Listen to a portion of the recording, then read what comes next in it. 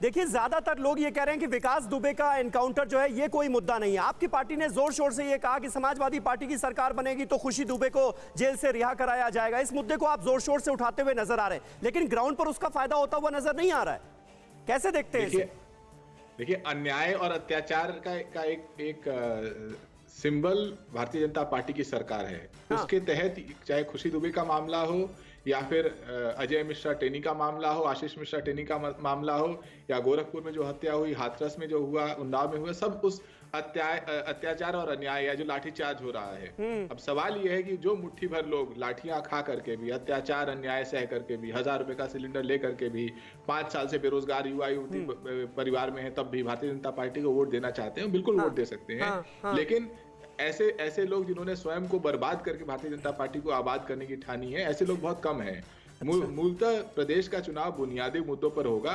ये जो opinion poll है ये तो है, बुनियादी मुद्दों पर होगा। प्रेम शुक्ला साहब, मानते हैं आप? चाहे देखिए किसी भी जाति का वोटर हो, वो ये तो मान रहा है कि डेवलपमेंट हमारे लिए सबसे बड़ा इश्यू है, चाहे वो मुस्लिम वोटर हो, चाहे गैर यादव ओबीसी हो, ब्राह्मण हो, अगड़ा पिछड़ा, हर कोई ये मान रहा है। तो ये आप लोगों के लिए एक सबक भी तो है। सबसे सकारात्मक नहीं, समीर जी, सबसे सकारात्मक पक्ष यही है जी, क्योंकि भारतीय जनता पार्टी के 5 वर्षों के कार्यकाल में उत्तर प्रदेश में जीडीपी डबल हुई है। जीडीपी विकास का सबसे बड़ा मानक है। पर कैपिटा इनकम डबल हुआ है। 42 लाख लोगों को मुफ्त के मकान मिले हैं। 2.5 करोड़ लोगों को आयुष्मान योजना के तहत स्वास्थ्य का कार्ड मिला है। 1.5 करोड़ से अधिक लोगों के घरों में शौचालय बने हैं। 1.5 करोड़ लोगों को बिजली, पहली बार मुलायम सिंह यादव जी 3 बार मुख्यमंत्री हुए, अखिलेश सिंह यादव 1 बार मुख्यमंत्री हुए, कितने लोगों को मुफ्त का बिजली कनेक्शन दे दिया, जरा घनश्याम जी बता दें। तो जिस तरह से जीवन स्तर को सुधारने का काम आदरणीय नरेंद्र मोदी जी के नेतृत्व में आदरणीय योगी आदित्यनाथ जी ने किया है, उसका परिणाम प्रदेश की जनता भली बात जानती है। इसलिए प्रदेश की जनता जो है वो आदरणीय योगी आदित्यनाथ जी के नेतृत्व में भारतीय जनता पार्टी को एक बार फिर से जनादेश देना सुनिश्चित कर रही है। और जिन लोगों ने गायत्री प्रजापति जैसे बलात्कारियों को ही अपना साथी माना, और आज भी उस बलात्कारी के परिवार को टिकट देकर कह रहे हैं कि जनता न्याय दे, मतलब हाईकोर्ट ने जिसको कन्विक्ट कर दिया, लेकिन ये तो हर पार्टी में हो रहा है ना, ये तो हर पार्टी में हो रहा है। यही तो बात है कि दागी उम्मीदवारों से पीछा नहीं छूट रहा है किसी पार्टी का। 37 कैंडिडेट है ना। अरे भाई, आपके भी 37 कैंडिडेट हैं भाई। प्रेम शुक्ला जी, देखिए अपनी लिस्ट देखिए, लिस्ट देखिए। हाँ, वो बात ठीक है, गायत्री प्रजापति की पत्नी को टिकट दिया गया, वो एक मुद्दा है, लेकिन दागी उम्मीदवार हर जगह है। कुमार कुंदन दिल्ली से हमारे साथ मौजूद हैं। कुमार, ये बताइए क्या रुख नजर आ रहा है? क्योंकि दिल्ली में बैठकर, लखनऊ में बैठकर बहुत सारी बातें कही जाती हैं, लेकिन जब ग्राउंड पर हमारे रिपोर्टर्स उतरते हैं, लोगों से डायरेक्ट संवाद किया जाता है, सवालों के जवाब लिए जाते हैं, तो तस्वीर जो है वो दूसरी तरह की सामने आ रही है। निश्चित रूप से, और इसी तस्वीर को सही करने के लिए बाकायदा दिल्ली से भी कोशिश की जा रही है। इस वक्त मैं प्रवेश वर्मा के घर पे मौजूद हूँ, जहाँ अभी अमित शाह ने जाटों के समाज के साथ एक बैठक की है, और उस बैठक में उनसे इस बात की अपील की है कि आप हमें वोट करें। तो जो हम बात उठा रहे हैं अपने इस बुलेटिन में कि ब्राह्मणों की क्या स्थिति है, गैर ओबीसी की क्या स्थिति है, दूसरे वर्गों की क्या स्थिति है, तो दिल्ली में बैठे हुए नेताओं को भी लग रहा है कि नाराजगी कहीं ना कहीं है, और उस नाराजगी को कैसे दूर किया जाए उसके लिए रणनीति बनाने की कोशिश की जा रही है। और यहाँ तक कहा जा रहा है कि अभी चुनाव में हमें वोट कर लें, आगे हम आपकी सारी रणनीति, सारी जो परेशानी है उसको दूर कर देंगे। तो ये जो बात आप लखनऊ की बात कर रहे हैं या दूसरे जगहों की बात कर रहे हैं, ग्राउंड रिपोर्ट निश्चित रूप से कहीं ना कहीं थोड़ी अलग है, जिसकी वजह से दिल्ली में अभी परेशानी दिख रही है। समीर, बिल्कुल बिल्कुल बिल्कुल कुमार, बने रहें। अरुण, मैं आता हूं आपके पास भी, लेकिन इस बीच कांटे की टक्कर वाली 47 सीटों पर मतदाताओं का रुझान क्या है, यह जानना बहुत ज्यादा दिलचस्प है। और ये रहा इसी से जुड़ा अगला सवाल, मुख्यमंत्री पद के लिए पसंदीदा उम्मीदवार कौन?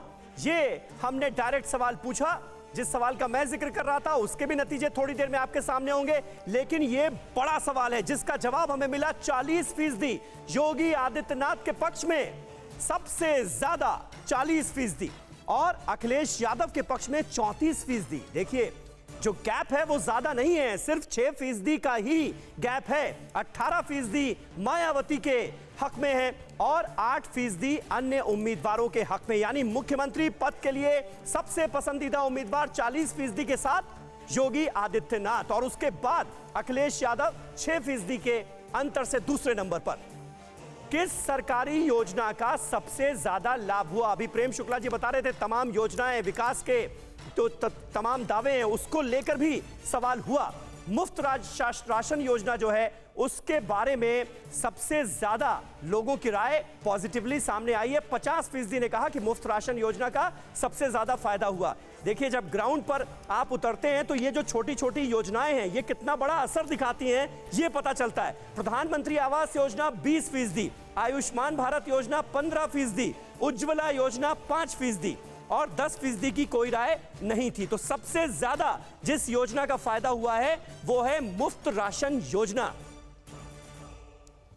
और अब 2022 में 47 सीटों पर नतीजा क्या होगा? वो सीटें जहां पर कांटे की टक्कर है, कांटे की टक्कर वाली 47 सीटों के नतीजे क्या होंगे? सर्वे में यह निकलकर सामने आया है कि बीजेपी के खाते में जाएंगी 25 सीटें, यानी 2 सीटें ज्यादा। समाजवादी पार्टी के खाते में 18 सीटें, यानी 2017 के नतीजों से 5 सीटें ज्यादा। बीएसपी के खाते में 4 सीटें, यानी 4 सीटों का सीधा नुकसान। अगर 2017 के नतीजों से हम इसका कंपैरिजन करते हैं तो यह बड़ी जानकारी निकलकर सामने आ रही है। सर्वे का यह बड़ा नतीजा है। कोरोना धर्म नहीं देखता, जात नहीं देखता, अमीर गरीब ऊंच नीच नहीं देखता। कोरोना सिर्फ मौका देखता है, लेकिन आप उसे मौका मत दीजिए। बस इतना कीजिए, जब कभी दफ्तर से बाजार से घर लौटिए तो इतना ख्याल जरूर रखिए कहीं आपके साथ कोरोना आपके घर तो नहीं जा रहा। भूलिए मत, कोरोना अभी जिंदा है।